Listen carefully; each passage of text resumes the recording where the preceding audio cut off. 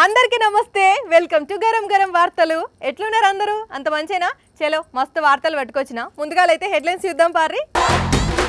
కూటమి సర్కార్ల పగటి పువ్వ కష్టాలు, ఇది తింటే కడుపు నొస్తున్నదంటున్నారు పిలగండ్లు. అరెస్టులకు భయపడేదే లేదన్న పేర్ని నాని, వెనక్కి తగ్గేది లేదు. కోడలితోనైంది అత్త పెళ్లి, పోష్ని పాపం పాడుగాను ఇదేం లొల్లి. కొత్త కొలువులో రాజేషు, ఆ ఒక్కటి అడక్కు అనే పాలసీ అమలవుతున్నది ఏపీలా. ఇచ్చిన హామీలు ఏమయ్యేసారు? సాడీ లేదు, సప్పుడు లేదు అని ఎవరన్నా అడుగుతారేమో అని కొత్త కొత్త ప్లాన్లు వేస్తున్నాడు. పనిచేయ చేతగాక రెడ్ బుక్ ముంగటేసుకొని మమ్మల్ని అరెస్ట్ చేస్తున్నాడు అని అంటున్నారు వైసీపీ లీడర్లు. ఏం చేసుకుంటావో చేసుకో అని చంద్రబాబుకు వార్నింగ్ సుతి ఇచ్చిండ్లు. నాని సార్ చెప్తున్నాడు ఇనుండ్లి. ఏంది సార్ ఇది? లిస్ట్ రాసుకున్నారు రెడ్ బుక్ రాజ్యాంగం. రెడ్ బుక్ లు చపాయించి బట్టి బట్టుండ్లని పోలీసులకు పంచిపెట్టినట్లున్నది. అయితే అందులో పేర్లుంటే అంతేనా? ఇక రెడ్ బుక్ లో ఎవడెవడున్నాడు ఆయన మానసికంగా వేధించాలి, కేసులు గట్టి లోపేయాలి, సునకానందం పొందాలి. ఒక దిక్కు హామీలు ఎప్పుడు అమలు చేస్తారో అని జనాలు ఎదురు చూస్తుంటే వీళ్ళు ఇక్కడ శునకానందం కోసం పోటీ పడుతున్నారు. వాళ్ళ పేపర్లు టీవీలు బాజా కొడతా ఉంటాయి, వీళ్ళకి వంత పాడుతూ ఉంటాయి. ఇది కరెక్ట్ కేసు అంటారు. ఎల్లో మీడియా బాజా గురించి 7వ తరగతి ఫెయిల్ అయిన పోరని అడిగినా చెప్తాడు.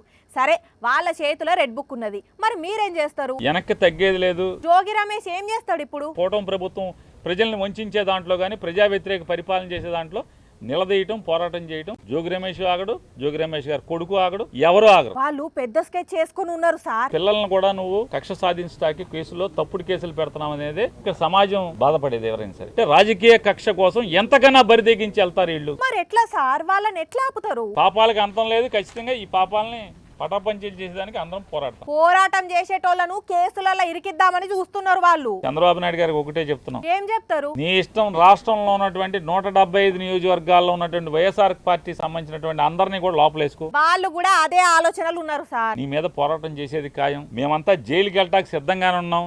నీ తప్పుడు కేసుల్లో, అక్రమ అరెస్టుల్లో ప్రతి ఒక్కళ్ళం కూడా వైఎస్ఆర్ కాంగ్రెస్ పార్టీ జెండా మోసే ప్రతి చిన్న కార్యకర్త దగ్గర నుంచి కూడా జగన్మోహన్ రెడ్డి గారి దాకా అంతా సిద్ధంగా ఉన్నాం. నీ చేతనైంది నువ్వు చేసుకో. అది అట్లా గట్టిగా కౌంటర్ ఇచ్చిండ్లు కదా. ఇక ఇప్పుడు తగ్గఫర్గా ఉంటది కథ. మరి చంద్రబాబు ఏం చేస్తాడో చూడాలి. పనివాడు పందిరేస్తే పిచ్చుకలు వచ్చి పడగొట్టాయన్నట్లుగా ఉంది ప్రభుత్వం పనితీరు. మమ్మల్ని ఎన్నుకోండి, మిమ్మల్ని ఎక్కడికో తీసుకెళ్తాం అని మాయ చేసి మభ్యపెట్టి ఓట్లేయించుకున్న చంద్రబాబు అధికారంలోకి వచ్చాక తన అసలు రూపం చూపిస్తున్నారు. స్కూల్లో పిల్లలకు పెట్టే ఆహారాన్ని అది మనుషులు తినే తిండేనా అన్నట్లుగా తయారు చేసిళ్ళు. దీంతో మీ అన్నానికి దండం అంటూ పిల్లలు ఇళ్ల నుంచి క్యారేజ్లు కట్టించుకుంటున్నారు. చంద్రన్న మజాక జనాన్ని వాడుకొని వదిలేయడంలో డాక్టరేట్ అందుకున్న ఆయన కళ్ళు ఇప్పుడు పిల్లల అన్నం కంచం మీద పడింది. ఇంకేమున్నది, ఆయన దృష్టి పెడితే మాడి మసవ్వాల్సిందే. గతంలో ఎన్నో పథకాలకు పాతరేసి ఆయన ఇప్పుడు ఏకంగా పిల్లల బువ్వగిన్నెను లాగేస్తున్నారు. జగనన్న గోరుముద్ద అంటూ రోజువారీ మెనూ కార్డు ప్రకారం భోజనం అందేది. పిల్లలు కూడా ఇళ్ల నుంచి భోజనం తెచ్చుకోకుండా స్కూళ్లలోనే ఇష్టంగా తినేటోళ్ళు. ఎన్నికలప్పుడు ఎన్నో హామీలు ఇచ్చి అధికారంలోకి వచ్చిన చంద్రబాబు ప్రభుత్వం పిల్లల బువ్వలో బుగ్గి పోసేస్తుంది. ఓట్లేసే వరకు ఓడమల్లయ్య, ఓట్లు పనయ్యాక బోడి మల్లయ్య అన్నట్లుగా ఇప్పుడు పిల్లల బువ్వను సైతం మన్నులా మార్చేశారు. స్కూల్లో పెట్టే అన్నం తింటే ఆరోగ్యం బాగోవడం లేదని, నాసిరకంగా ఉందని, అందుకే ఇంటి నుంచి బువ్వ తెచ్చుకుంటున్నామని పిల్లలు చెప్తున్నారు. ప్రాబ్లం ఉంది, కడుపులో నొప్పి వస్తుంది. అందుకు ఈరోజు మెనూ నచ్చలేదు నీకు? బాబు వాలకం చూస్తుంటే మున్ముందు ఇంకెన్ని పథకాలకు చర్మగీతం పాడతారో అని ప్రజలు టెన్షన్ పడుతున్నారు. ఎంగేజ్మెంట్ నాడు రింగు దొడిగితే సగం పెండ్లైనట్టు లెక్క, ముహూర్తం పెట్టినాడు తాళి కడితే పురాగ పెండ్లైనట్టు లెక్క, అంతే. మళ్ళీ 60 ఏండ్లకు చేసుకుంటే షష్టి పూర్తి చేసుకుంటారు కదా. అయితే ఇక్కడ మాత్రం ఒక జంట షష్టి పూర్తి చేసుకున్నాక మళ్ళా లగ్గం చేసుకున్నారు. అరే అదేంది అంటే అదంతే, వాళ్లకు అట్లా రాసిపెట్టున్నది జరిగింది. తాతకు 100 ఏండ్లు, అమ్మమ్మకు 100 ఏండ్లు నిండినాయని మళ్ళోసారి ధూమ్ ధామ్ గా లగ్గం చేసుకున్నారు తమిళనాడు రాష్ట్రంలో. కొడుకులు, బిడ్డలు, మనవలు, మనవరాళ్ళు, మునిమనవలు, మునిమనవరాళ్ళు ఓ 100 మంది సమక్షంలో అయ్యగార్లు మంత్రాలు చదివితే తాతగారు బామ్మ మెడల మళ్ళోసారి 3 ముళ్ళేసిండు. ఆగో తాతగారు అట్లా వణుకుతున్నారు, కొత్తగా పెండ్లైనప్పుడు అట్లనే వణికితివి, ఇప్పుడు 100 ఏళ్లకు కూడా అట్లనే వణుకుతున్నావు. అమ్మయ్య తాత తాలి కట్టేసిండు. అగ చూడుండ్రి ముసలమ్మ సంతోషం ఆగలేక ఎట్లా తాత బుగ్గ గిల్లిందో అని. ఇద్దరికి 100 ఏళ్ళు నిండినే అంటే నమ్మబుద్ధి అయితలేదులే. మరి అప్పుడు తిన్న తిండినే ఇప్పటికీ ఇట్లనే కొనసాగిస్తుండేసరికి ఇంత హుషారుగా ఉన్నారు. మళ్ళోసారి పెళ్లి చేసుకున్నారు. మళ్ళా 150 ఏళ్ళు నిండినాక మళ్ళోసారి పెళ్లి చేసుకోవాలని మనస్ఫూర్తిగా కోరుకుందాం. హ్యాపీ మ్యారేడ్ లైఫ్ తాతయ్య అమ్మమ్మ. ఇక వీళ్ళ ముచ్చట ఇటుంచితే ఇటు బీహార్ రాష్ట్రంలో వరుసకు అత్తా కోడలయ్యే 2 ఆడోళ్ళు లగ్గం చేసుకున్నారు. కాత సల్లగుండా చూసినారులా కొత్త పెండ్లి పిల్ల ఎట్లా సిగ్గుపడుతున్నదో.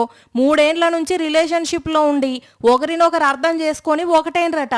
కానీ విచిత్రాలల్లా విచిత్రమైన పెండ్లి. ఇదో విచిత్రమైన పెండ్లి పోండ్రి. ఓ రాజేషు ఎడికో పోతున్నావు? అనుకుంటూనే ఉన్నా ఎక్కడికన్నా రెడీ అయి పోదామంటే కథ చైనా ఎలక లెక్క కాళ్ళకు అడ్డం పడతావు. అక్కడికి నీ కంట్లో పడకుండా పోదామనే ట్రై చేస్తున్నా. ఇక నేను పోయినట్టే నా పని అయినట్టే. నీ ఏడు పాపి ఏడికి పోతున్నావో చెప్పు. అరే నేనేదో సింపుల్ గా తయారై స్లిప్పర్ వేసుకొని చైనాకు పోతుంటే ఏంది నీ లొల్లి? చైనానా? అక్కడేం పాడైంది? మనకు జాబ్ ఆఫర్ వచ్చిందమ్మా. శాలరీ కూడా బాగానే ఉంటది. నేను అనుకుంటానే ఉన్నా మళ్ళా ఏదో వార్త చూసినట్లు ఉన్నాడు. బ్యాగులు సర్దుకొని రెడీ అయిపోయిండు. ఓరి వారి జాబ్ చేయనీకి ఎవడన్నా అమెరికాకో దుబాయ్కో పోతాడు, చైనాకు పోతారా? తెలివి లేదు ఇంత కూడా నీకు అసలు. అక్కడ కొత్త రకం కొలువులు స్టార్ట్ చేసిరు. అట్లా పోవడమే, ఇట్లా జాయిన్ అవ్వడమే, డబ్బులు ఫుల్గా సంపాదించడమే. నీకేం తెలుసు? ఏం జాబ్ అది? సాఫ్ట్వేరా హార్డ్వేరా? సాఫ్ట్వేర్ హార్డ్వేర్ బాగా కనెక్ట్ అయినట్టు. అయితే చైనీస్ ఫాస్ట్ ఫుడ్ సెంటర్ లా చికెన్ నూడిల్స్ చేసే జాబ్ అయి ఉంటది, అదే కదా? ఇది ఒక కొత్త టైప్ జాబ్. అదేం జాబురా నాయన? జో కొట్టాలి. జో కొడతావా? ఎవలకు? పిల్లలకా? కాదు, పెద్దోళ్ళకి. నిద్ర రానోళ్ళను అనగనగా ఒక రాజుండే. ఆ రాజు అని ఇట్లా కథలు చెప్పాలి. లాలీ లాలీ లాలీ లాలీ అని పాటలు పాడి వాళ్ళని ఎట్లా నన్న చేసి నిద్ర పోయేటట్టు చేయాలి. అదేం జాబురా నాయన? వాళ్ళకు నిద్ర పట్టకపోతే నువ్వు పోయి జోల పాటలు వాడుడేంది, చందమామ కథలు చెప్పుడేంది? ఏందన్నట్టు ఇది? మ్యాటర్ ఏంటంటే చైనాలో మన లెక్క కాదు. అక్కడ పొద్దున 9 గంటల నుంచి రాత్రి 9 గంటల వరకు 12 గంటలు పనిచేయాలి. అది కూడా వారంలో 6 రోజులు పనిచేయాలి. పండుగలు పబ్బాలకు అసలు సెలవులు అనేటివి ఉండే అక్కడ పనిచేసేటోళ్ళకు. వామ్మో, మన దగ్గరనే ఉన్నది కదా, తుమ్మినా దగ్గినా సెలవిస్తారు. అదే కదా మరి. వారానికి 6 రోజులు రోజుకు 12 గంటలు పనిచేసేసరికి ఇంటికి పోయిన తర్వాత చాలా మందికి అసలు నిద్రనే పడతలేదట. పాపం, ఎంత కష్టం వచ్చింది వాళ్ళకు. అందుకే అట్లా నిద్ర పట్టని వాళ్ళను మంచిగా జోలబాడి వాళ్ళకు మంచి మంచి కథలు చెప్పి వాళ్ళ సాధక బాధకాలన్నీ విని నిద్రపోయేటట్టు చేసే స్లీప్ మేకర్స్ జాబ్స్ ఉన్నాయి అక్కడ. స్లీప్ మేకర్స్ జాబా? ఎస్, ఈ జాబులకు ఇప్పుడు బీభత్సమైన డిమాండ్ ఉన్నది. గంటకు 3,000 రూపాయలు ఇస్తారట. అంటే ఈ లెక్కన రోజుకు ఒక 5 గంటలు చేసుకున్నా రోజుకు 15,000 సంపాదించవచ్చు. 15,000 అంటే 30 రోజులకి 15,000 45, 4,50,000. వామ్మో, ఫుల్ సంపాదన నాకు. సరే నేను పోవాలి అర్జెంటుగా. సరే మరి పైలం అక్కడ దిగినాక ఫోన్ చేయి. ఏందో అంత గమ్మత్తుగా ఉన్నది కదా. అయినా రోజుకు 12 గంటలు పని చేయాలంటే కష్టమే ఎవరికైనా. ఈ రాజేషు అక్కడ ఎట్లా నెగులుకొస్తాడో ఏందో. A few hours later.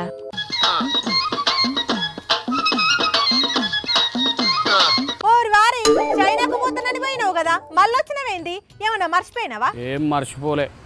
ఎయిర్పోర్ట్కి పోయినాక చెక్ ఇన్ అయిపోయి లోపల కూర్చున్నా. అట్లా కన్ను అంటుకున్నది. నిద్ర లేచేసరికి ఫ్లైట్ వెళ్ళిపోయింది.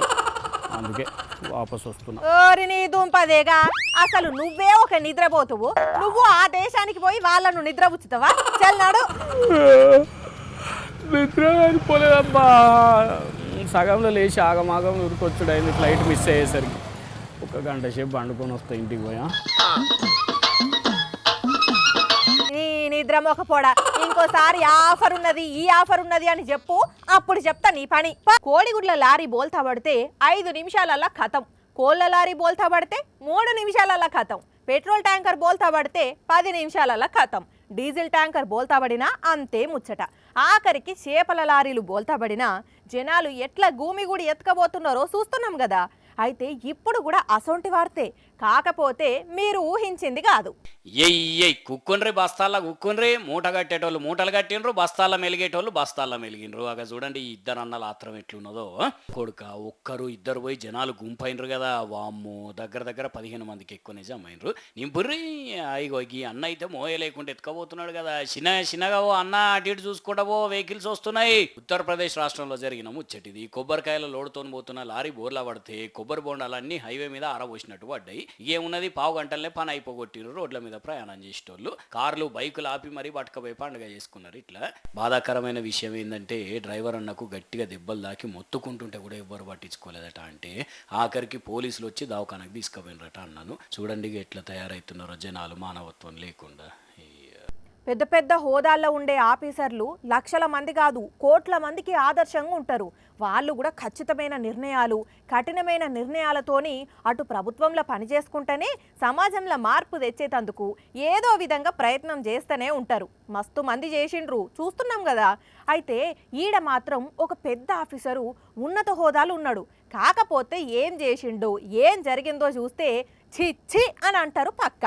చింత చచ్చినా పులుపు చావదు అనేది ఎంత నిజమో, హోదా పెరిగినా కొందరు ఆఫీసర్ల బుద్ధి అయితే మారదు అనేటందుకు ఇగో ఈ రంగారెడ్డి జిల్లా additional collector Bhupal Reddy best example. అట్లాంటి మోతెవర ఆఫీసరు సర్కారు లక్షల్లో జీతం ఇస్తున్నా అయ్యే ఇదేం సరిపోతుందని పుక్కిటికొచ్చే సొమ్ము కాశపడి ఏకంగా 8 లక్షల రూపాయలు లంచం తీసుకుంటా ఏసీ బోలకు దొరికిపోయిండు. ఇజ్జత్ దిసి గజ్జ కట్టుకున్నాడు. గిన్ని పైసలతోని గింత పెద్ద ఆఫీసర్ దొరుకుడేంది, నెరి గింత దిగజారిపోయిందా అంటే సీనియర్ అసిస్టెంట్ మదన్ మోహన్ పాత్ర కూడా ఉన్నదట దీంట్లో. జక్కిడి ముత్యన్ రెడ్డి అనేటైన ధరణిలో 14 గుంటల భూమి కనబడతలేదు సార్, జర చూడుండ్రి సార్లు అంటే 8 లక్షలు ఇస్తే సెట్ చేస్తాం అన్నారట. అరే అన్ని ఆధారాలు ఉన్నాక మళ్ళీ నేను ఎందుకు లంచం ఇవ్వాలి సార్ అని ముత్యన్ రెడ్డి పోయి ఏసీ బోళ్ళకి చెప్పేసరికి వాళ్ళు మంచిగా స్కెచ్ గీసి పెద్దంబరపేట దగ్గర పట్టుకున్నారు. ఇట్లా మదన్ను గట్టిగా మందలిస్తే ఈ అడిషనల్ కలెక్టర్ను పిలిపించి ముచ్చటంతా క్లియర్ చేసిండు. మళ్ళీ ఇంకా భూపాల్ రెడ్డి ఇంట్లో ఇంకో 16 లక్షల లిక్విడ్ క్యాష్ దొరికిందట. గట్టిగానే ఆస్తి పాస్తులు కూడా పెట్టినట్టు విగ్రహాలు దొరికినాయట. ఇంకో హైలైట్ ముచ్చట ఏంటంటే ఆఫీస్లో ఉండాల్సిన ఇంపార్టెంట్ భూమి కాగితాలు వీళ్ళిద్దరు ఇళ్లలో ఉన్నాయట. మరి వీళ్ళు ఎంత పెద్ద దందాలు చేస్తున్నారో ఎంతగానం చేసినారో రాను బయట పడుతుంది. కానీ ఇన్ని రోజులు సంపాదించుకున్న పరవంతా తీసుకున్నారు పోండి. చిచ్చి ఇట్లాంటి వాళ్ళు చేయబట్టే కాదు, నీతిగా న్యాయంగా పనిచేసే ఆఫీసర్లకు కూడా చెడ్డ పేరు వస్తున్నది అనుకుంటున్నారు ఈ ముచ్చట తెలిసిన చాలా మంది. ఇక ఇవి మరి ఇయాల్టి గరం వార్తలు. మళ్ళా రేపు ఇదే టైంకి ఇట్లానే మస్తు వార్తలతోని కలుసుకుందాం. అప్పటిదాకా చూస్తూనే ఉండండి సాక్షి టీవీ. టైం గుర్తున్నది కదా, రాత్రి 8:30కి మళ్ళీ పొద్దుగాల 8:30కి ఉంటాం మరి.